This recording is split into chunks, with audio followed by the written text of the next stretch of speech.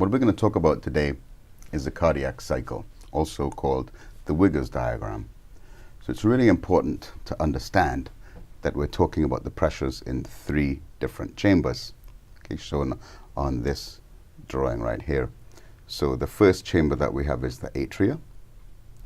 The second, we have the ventricles, and then we have the arteries, or the aorta in this case. Another important concept is that we have 2 sets of valves. We have the AV valve between the atria and the ventricles. We have the semilunar valves, or the aortic valves, between the ventricle and the aorta. So we have 3 different chambers, okay? Atria, ventricle, and the aorta, or the artery. And we have 2 different valves. Another important point for later on lectures is that there's no valves between atria and the veins that go backwards. So the atrial pressure can actually transmit through the veins, such as the jugular vein, and we'll talk about that a little bit later.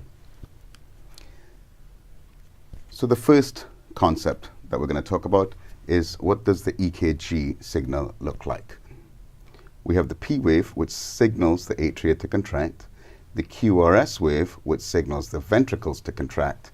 The T wave is repolarization of the ventricles.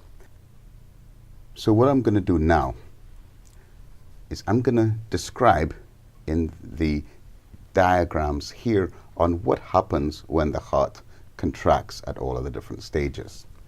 So in this central portion here, where we have from the QRS all the way past the T, that's systole.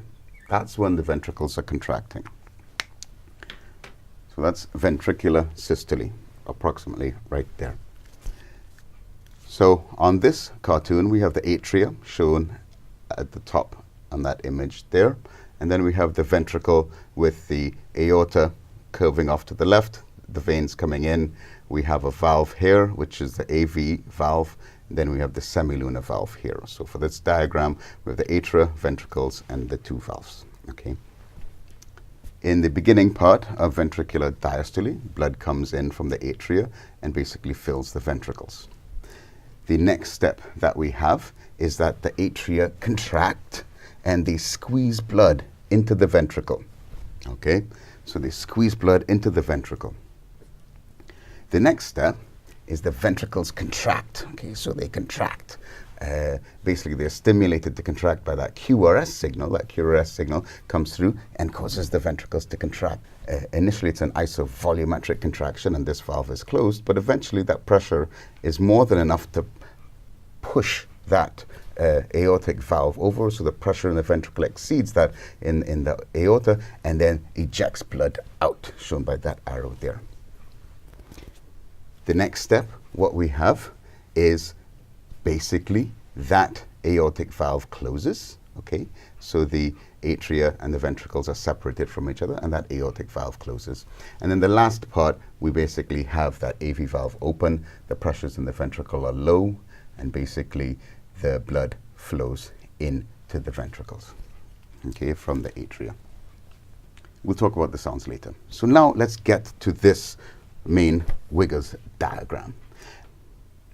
So what I'll do very quickly is I will draw the easy version, quick and easy version of the Wiggers diagram.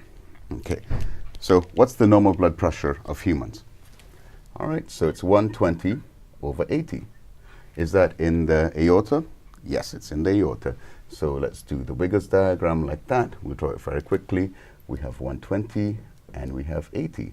So that's the aortic pressure like that. Okay, and I've drawn it very, very simply. Is the atrial pressure, is it high or low? Atrial pressures are low.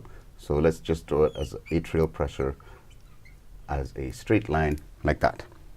Okay, so this is the simplistic method. So 120 over 80, we drew the aortic pressure. Now let's do the ventricular pressures. Ventricular pressures, well, they go very, very high. They're a little bit lower than the atrial pressures, okay, at the beginning. They go very, very high, then they come back down. So that's the quick and easy version of the Wiggers diagram. There's a few bumps and lumps that we're going to talk about now. So let's first start with this Wiggers diagram in the center here, where we have that white line. So we have the aortic pressures, okay, during the diastole, and then the pressures increase. Okay, so the aortic pressures increase, and then the aortic valve closes, and then we have a little blip right there, and then the pressures again decrease. So we have an increase in aortic pressure here, which is at 120/80. The next thing that we're going to look at is the ventricle in pink. These pressure gradients are relatively small, but I'm exaggerating them here. So what we have is that the ventricular pressure is lower, and then the ventricle starts to contracts very, very, very forcefully, shown in this image here, generates tons and tons of pressure, and eventually the pressures in the ventricle is higher than that in the aorta. The aortic valve opens and the blood is ejected out, and then eventually the pressure in the ventricle goes below that of the aorta and the aortic valve closes, and then we have coming back down to the original line. The last pressure in these three chambers, so we looked at the aortic pressure, we looked at the ventricular pressure, now we're going to look at the atrial pressures. And the atrial pressures are kind of unique. It's not a straight line as what I drew up here. It's actually got some lumps and some bumps in it. The first wave that we have is that A wave. So that A wave is when the atria contract. Okay, so forgive my handwriting. That's when the atria contract and basically the pressures in the atria increase.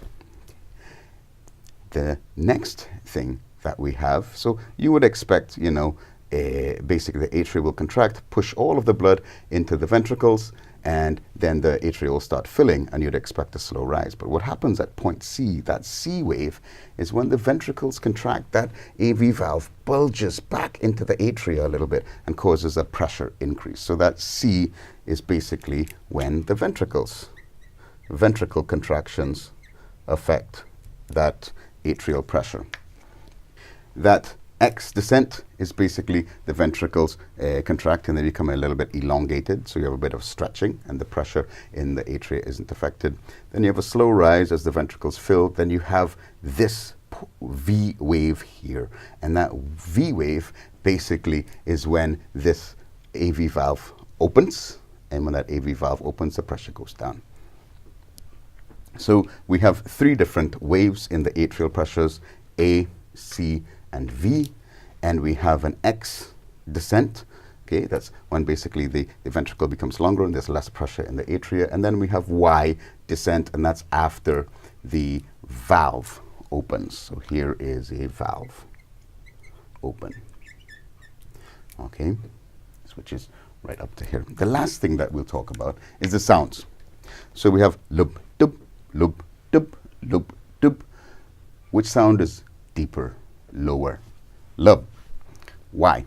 Well, the lub is because these AV valve closes. So this little white dots here is showing the sound from the AV valve closing. That's a lub. The next sound is dub. The second hard sound is dub. And that's the semilunar valves close. The semilunar valves are smaller, therefore they resonate at a higher frequency. So we have lub, dub, the first and the second heart sound. You can think of the heart sounds when a valve closes. When a valve closes, it makes sound. In a normal, healthy person, when a valve opens, it doesn't make sound. Only makes sound when it closes. It's a little bit more complicated than that. Actually, the whole column of blood within there kind of vibrates. So a little more complicated, but the easiest way to remember it is that a valve closes, it makes sound. So sound one, lub, AV valves close, relatively deep resonant sound, lub. Then the second one, the semilunar valves close, you get a dub. We have two other sounds that you can hear. There is the sound 4, which occurs in people over 40 normally, in a subset of people, and sound 3, which occurs in people younger than 35. They're not common sounds. They typically occur during pathology. So sound 4, shown here, is basically when the atria contract. Okay, you can have forceful filling. That velocity of blood going into the ventricle causes a sound. In pathological conditions, you can hear that sound 4, and that's because of the atrial contracting. Sound 3, basically what happens is you have blood from the atria coming into the ventricles, and the ventricles are expanding. So basically you have that rush of blood into that empty ventricle causes that third heart sound. So to recap, 3 chambers. We look for the Wiggers diagram, the cardiac cycle. You look at pressure changes in 3 different chambers: the atria, the ventricle, and the arteries. You have 2 valves that play a role inside there: the AV valve and the semilunar valves. We have the EKG here, where the P wave occurs before the atrial contraction, signals the atrial contraction. The QRS occurs before that ventricular pressure increase. We have a diagram here showing all of the different changes occurring with the contraction of the heart. So you have the atria contracting here, the ventricles contracting in this systole, okay?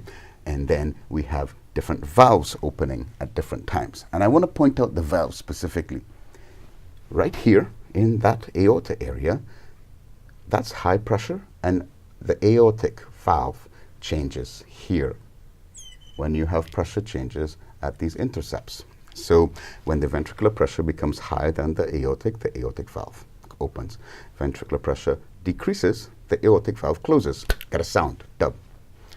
So those are the aortic valves. If we go to the lower pressures, we look at the valves for the atria and the ventricles, which occur here, atria and ventricles. So these valves are lower pressure valves, and that's the AV valves, okay?